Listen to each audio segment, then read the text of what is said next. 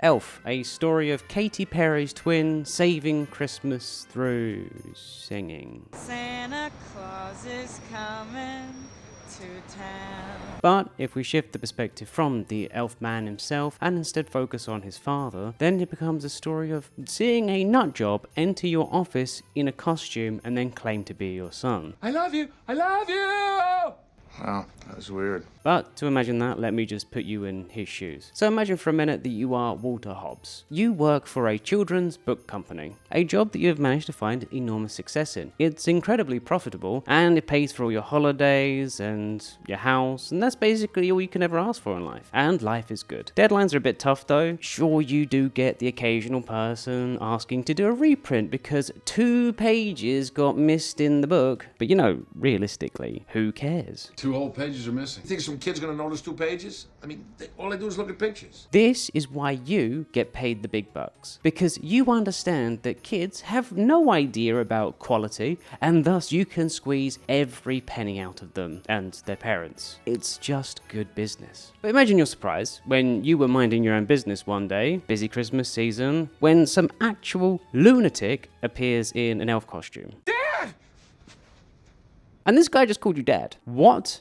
I mean, after like 2 seconds of interacting with this guy, you either have to assume that he is the greatest actor of all time and is committed to the bit like a method actor, or is actually just a lunatic. Of course, the entire office is watching and waiting for your reaction. So, unfortunately, you have to play along. It's me, your son. Susan Wells had me. Well, isn't that a name that was wistfully tucked away in the deep recesses of your mind, only pulled out on those nights where the fire was lacking with your current wife and you needed some nostalgic flair to get the gears going again? That or the blue pill. Whatever works. At your age, it's mostly just the blue pill. Who sent this Christmas grab?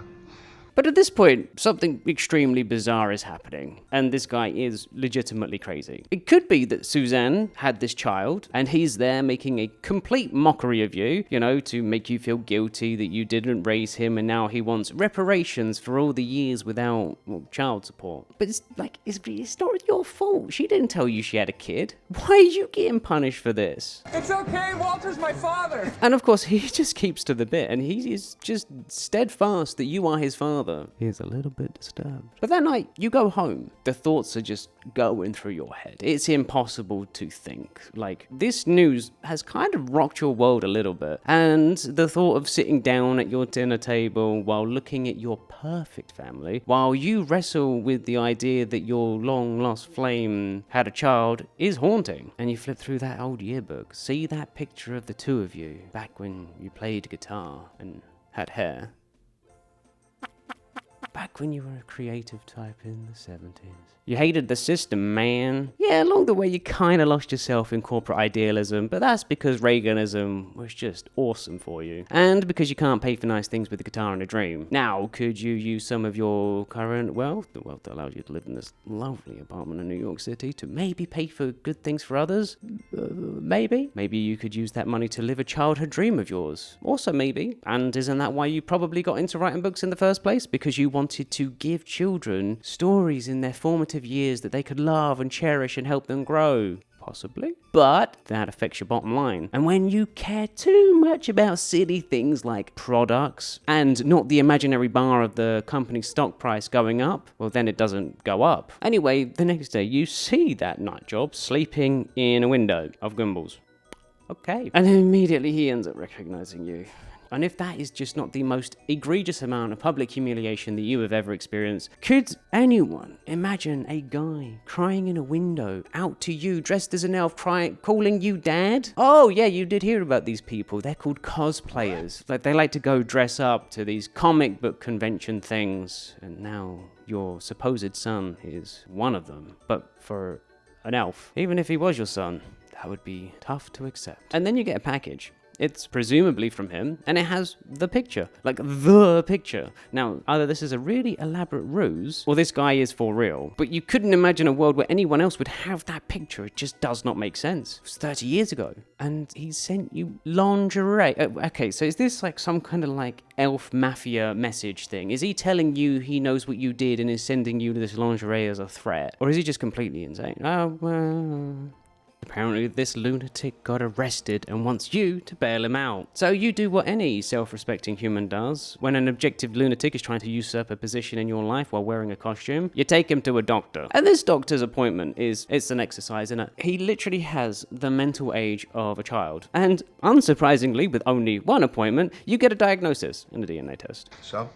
It's a boy, but he's your son. And you have to reconcile with the fact that your life is now a Jeremy Springer show, and he's your son. And this doctor's course of action is to nurture him. What? But of course, you don't go and get a second opinion. Doctors are expensive, and this 20-minute consultation is 100% enough to understand the situation. God forbid you ask your insurance to go for another one. You'd like me to breastfeed him? Oh, let's just whip out the old memories, dust off those cobwebs and let him suckle on your teat. Isn't it enough that now he's going to be suckling off the teat of your bank account? So you have to take him home. Yay. It's wonderful. You have another son. You know, it's moments like this where you realize that you actually hit the lottery with this woman. She finds out that you have a 30-year-old man-baby child who thinks is an elf, and she only sees the good in it. She is a bright light in the city of New York City. I'm sure he doesn't actually think he's an elf. Oh, yeah, now she gets it. And then you have to suffer through what only can be described as the most excruciating dinner of your entire life, where he regales you with the tale of how he arrived to the North Pole, and you have to smile and nod and go, and you heard there was some problems with trauma and people inventing narratives in their head and stuff like that, but it's not even grounded in reality. Can you pass the maple syrup, please? I think I have some. Yes. He's like an alcoholic and he just whips out a bottle of maple syrup from his robes. How did he get maple syrup in the first place? That stuff's expensive. And you have to now consider the fact that this is your life, isn't it? It's gone bananas. This is karma. It has to be karma. Because you became a corporate monster, right? I can't go to sleep unless I get tucked in. Okay, it's nothing a few diazepams can't fix, and you try and get some sleep. Next morning, though, you find out he dismantled your TV stand to build a rocking horse. Luckily, you didn't have one of those new flat-screen TVs, or that could have been a lot worse. To be honest, it probably wouldn't be as bad if he wasn't in that ridiculous elf costume. At least you could probably get him as jump as a carpenter. Lose the tights as soon as possible. Okay, yeah, you walked into that one, didn't you? Oh god, he's divergent, isn't he? Is being an elf his hyperfixation? Why couldn't it be trains or dinosaurs? Still, this means that you now have to go to work with what essentially amounts to an untrained Labrador inside of your apartment, eating more sugar in one sitting than most people will ever eat in their entire life, who has just demonstrated a proclivity and willingness to destroy your furniture. How are you supposed to work in these conditions? To top it all off, you now have your boss riding you out because imaginary bar isn't going up. Supposedly because you forgot to put 2 pages in a book? Like, who cares? Isn't that what the second edition is for? Double the sales? I would love to hear what your plans are for this new book. But he wants you to get a new book out by the new year. Well, isn't that peachy? You're going through one of the most stressful moments of your entire life, and now you have to layer on an entire new book as well. It's karma. It's karma. Because of 2 pages. What the hell's that? A Christmas tree. Buddy dropped it down in the park. And now to put even more on this Jenga tower balanced on a buckaroo game, that night you find out your 30-year-old, 13-year-old convinced your actual 13-year-old to commit felonies. This is not Brazil. People actually get arrested when they are kids here. So, the next day, in contrast, you try to keep him in check and you take him to work, and it was a mistake. That being said, he did make very quick rapport with your secretary. Deb, you have such a pretty face. You should be on a Christmas card. You just made my day. That's cool. But it's at the moment when he reaches over and takes your phone that you realize that, Have you ever seen a mailroom? So the wheels turn quickly. If he thinks he's from the North Pole, then he can go to the mailroom, pretend it's like Santa's workshop or something. And you get on with your day. Your 2 knucklehead best writers come up with the genius idea to get your literal competition to write a book for you. But actually, thinking about the stress that you're going through, that's not bad. Why do the work when someone else can do it for you? Isn't that what this is all about? Labor arbitrage? Unfortunately, when you are getting the talent to come in and save your little bussy, guess who comes in to just ruin the day? Apparently there's a situation in the mailroom. yay. He cost you your TV, your sanity, and now he's trying to cost you your job too. Awesome. Yeah, so apparently he turned the mailroom into a nightclub. Wow. Probably confused the whiskey for syrup. Anyway, you do get this Miles Finch guy in. All right, let's do this. The guy's a bit of a prima donna though. I'm Walter Yeah, Hobbs. let's get the taken care of so we can get started. But he does do good work, so you just roll with it. No tomatoes. Too vulnerable. And the pitch goes exactly how you expect when your two best writers only think about vegetable plots and not actual book plots. I'm in love and I don't care who knows it. Oh no. And he goes on this, let's just say, insulting tirade against this guy. Does Santa know that you left the workshop? That's not good. You know, because if you didn't think he had issues, if you didn't know he had issues. Call me Elf one more time. He's an angry elf. So yeah, it's a pretty serious thing to say to someone. Yeah, that's about the appropriate response from this person in that situation. And this is cooked, isn't it? Your life is now flashing before your eyes, and you are going to need to tell your wife that everything is cooked. Your life has now just been completely ruined, and you are going to lose your job. Of course, not before you get your golden parachute naturally, but you know, like in 10, 20 years, you might actually run out of money and lose the house. Your life is over. This thing is full of genius ideas. I mean, look at that. Turns out, Miles left his book behind. A small sliver of hope in this miserable day. Now, does this technically fall under corporate espionage? Kinda. But maybe with writer's rights and a hefty paycheck, it'll make up for that. And that night, you give your presentation. This is the night where the entire rest of your life is decided. Hopefully, the damage that's been done by your 30-year-old, 13-year-old hasn't been too severe that you can't salvage it. But then your actual 13-year-old comes in and starts throwing down the emotional gauntlet. Buddy ran away. What? I'm scared, Dad. He's gone. All you care about is yourself. You care about having a nice house, a nice apartment, and a good education for your kids. These things require money. Money requires meetings. You can't just go off gallivanting to save some mentally deranged lunatic, can you? Can you?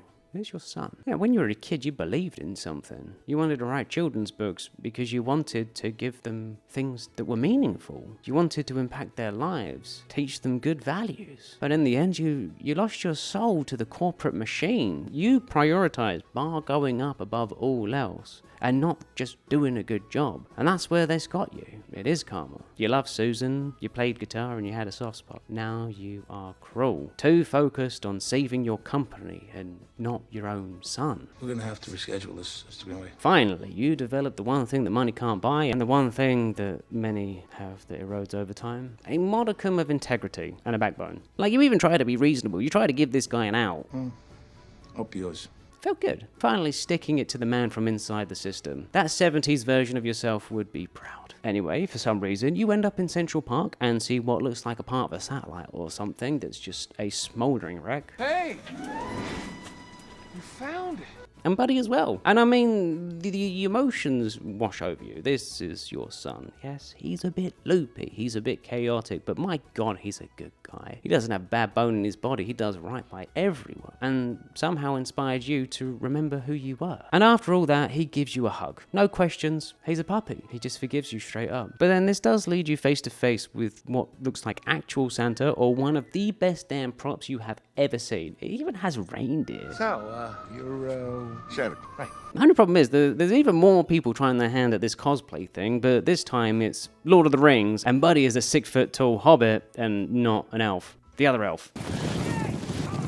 Huh, well, that didn't work. But I mean, you know, you did just put yourself in harm's way for someone else because it was just the right thing to do. Wow. Character development. But what you didn't expect was coming to a big old group of people in the street and then for them to just start singing Christmas carols because some cute girl just started singing. Normally when that happens, people just look abashed and walked away. This is a city after all. And surprisingly, it works. Buddy saved Christmas or something. But yes, now you do need to confront the reality that your child was actually raised by Santa, that Santa actually exists and was really adopted by an elf and is not chemically imbalanced or crazy or anything. anything. He's just a product of his upbringing. And also the fact that he managed to somehow swing a beautiful girlfriend and not get a restraining order after he watched her in the shower. But you and Buddy, you create this father-son business. His story is the hit of hits. It's so good that it functions like a Christmas #1 in the music charts. Every year, the sales quadruple, and you end up making more money than the rest of the year combined. Not bad. Watch out, watch out, watch out, watch out! Anyway, thank you for watching, and if you like the video, please give it a like and consider subscribing. Also, hype the video. Let's get the hype train back, because it did actually make a big difference. So if you want to support, just find the hype button, give it a push. Push the hype. Other than that, yeah, sorry, this is not Star Wars. Star Wars will be next week. Turned out to be a massive project. Also, consider following me on Twitch. I'm streaming every Tuesday and Fridays at 6 p.m. Eastern time. Anyway, I just want to shout out my members real quick, especially Good Old Granite and Alexander Colburn. Thank you. Your support means everything. And of course, Lavender, Zyla, Toast the Bread, Voice Actor Pro Dub 1, Takaru, and Alan. Thank you. Have a great day and have a great life.